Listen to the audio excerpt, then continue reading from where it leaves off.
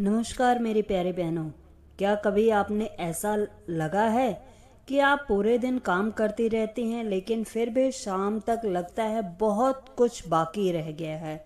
सुबह आँख खुलते ही जिम्मेदारियां शुरू हो जाती हैं। रसोई, बच्चों की तैयारी, पति का काम, पति का टिफिन, सफाई, कपड़े, बाजार, खाना और देखते ही देखते पूरा दिन निकल जाता है। लेकिन क्या सच में एक अच्छी गृहिणी वही होती है जो दिन रात बिना रुके काम करती है?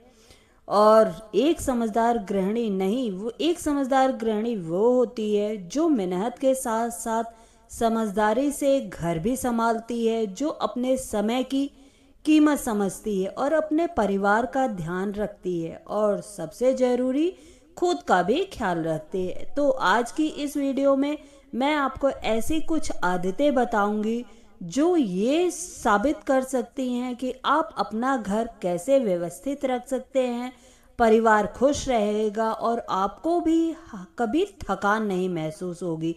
तो वीडियो अंत तक जरूर देखिएगा, आपको बहुत ज़्यादा इससे सहायता मिलेगी। राधे राधे दोस्तों, कैसे हैं आप सब? आशा करती हूँ एकदम कुशल मंगल होंगे। सुबह की शुरुआत बिना जल्दबाजी के करें। सुबह उठते ही मोबाइल देखने की आदत छोड़ दे। उठते ही 2 मिनट भगवान का स्मरण करें। एक गिलास गर्म पानी पिए। अपने दिन की छोटी सी योजना बना ले। जब भी दिन की शुरुआत शांत मन से होती है तो पूरा दिन बेहतर गुजरता है। हर काम की प्राथमिकता तय करें। हर काम एक साथ करने की कोशिश मत कीजिए, क्योंकि जरूरी नहीं हर काम पहले हो, कम जरूरी काम बाद में। इससे तनाव भी कम होता है और काम भी समय पर पूरे होने लगते हैं। पूरे परिवार को जिम्मेदारी दे। घर केवल एक व्यक्ति की जिम्मेदारी नहीं, बच्चे अपना बिस्तर खुद भी ठीक कर सकते हैं और पति छोटी मोटी मदद कर सकते हैं। हर समय यदि थोड़ा थोड़ा समय पहले से सहयोग करें, हर बंदा एक दूसरे की मदद करे तो गृहिणी पर बोझ बहुत कम हो जाता है। हर चीज की एक तय जगह रखें। जब घर की हर वस्तु अपनी जगह पर रहती है तो समय भी बचता है और घर हमेशा साफ दिखाई देता है। खुद को मत भूलिए, ये बहुत ज़रूरी है। बहुत सी महिलाएं पूरे परिवार का ध्यान रखती हैं लेकिन खुद का बिल्कुल भी समय नहीं देती हैं। और समय पर खाना खाइए, पानी पीजिए, थोड़ा सा आराम करिए, क्योंकि स्वस्थ गृहिणी ही पूरे परिवार को स्वस्थ रख सकती है। खर्च लिखने की आदत डालिए। बहनों, एक समझदार गृहिणी केवल घर का काम नहीं करती बल्कि घर संभालती है, घर के खर्चों को भी सही से हिसाब किताब से मैनेज करती है। कई बार महीने के अंत में हमें समझ ही नहीं आता कि पैसे कहाँ खर्च हो गए। इसका सबसे बड़ा कारण है कि हम अपने छोटे छोटे खर्चों को लिखते ही नहीं हैं। हर दिन सिर्फ 5 मिनट निकालकर एक डायरी में लिखिए कि आज कितना पैसा खर्चा हुआ, किस काम के लिए खर्च हुआ, चाहे वह सब्जी हो गई, दूध हो गई, बच्चों की कॉपी किताब हो गई या अन्य कोई सामान हो गया। जब आप पूरे महीने का हिसाब किताब देखती हैं तो खुद समझ आएगा कि कहाँ फिजूल खर्च हो रहा है और कहाँ बचत की जा सकती। याद रखिए, जो परिवार अपने खर्चों का हिसाब रखता है वह आर्थिक रूप से हमेशा मजबूत रहता है। और सप्ताह भर की योजना बना लीजिए। हर सुबह यह सोचने की बजाय कि आज क्या बनेगा, कौन सा काम करना है, पूरे सप्ताह की योजना पहले से बना लीजिए।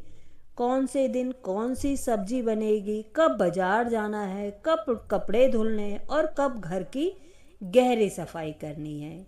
इन सब की छोटी छोटी सूची बना लीजिए। जब काम पहले से तय होते हैं तो समय की बचत होती है, तनाव कम होता है और पूरे घर में अनुशासन बना रहता है। रसोई को भी व्यवस्थित रखना।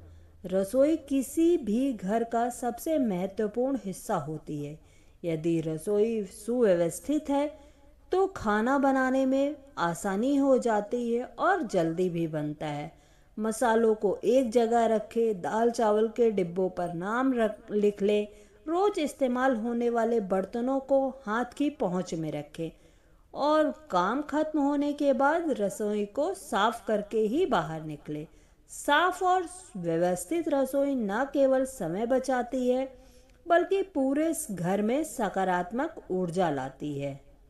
बहुत से लोग सोचते हैं कि बचत तभी होगी जब ज़्यादा पैसे बचेंगे, लेकिन सच यह है कि बड़ी बचत हमेशा छोटी छोटी बचतों से शुरू होती है। हर महीने थोड़ी सी राशि अलग रखें, बिजली और पानी की बचत करें, बेवजह की खरीदारी से बचें और ऑफर देखकर केवल ज़रूरत का सामान खरीदें। धीरे धीरे यही छोटी बचत भविष्य में बड़ी आर्थिक सुरक्षा बन सकती है। रोज 20 मिनट खुद के लिए निकालें। गृहिणी पूरे परिवार का ध्यान रखती है लेकिन अक्सर खुद को भूल जाती है। दिन में केवल 20 मिनट अपने लिए निकालें। किताबें पढ़िए, योगा कीजिए, संगीत सुनिए, टहलने जाइए, बस शांति से बैठकर चाय पीजिए।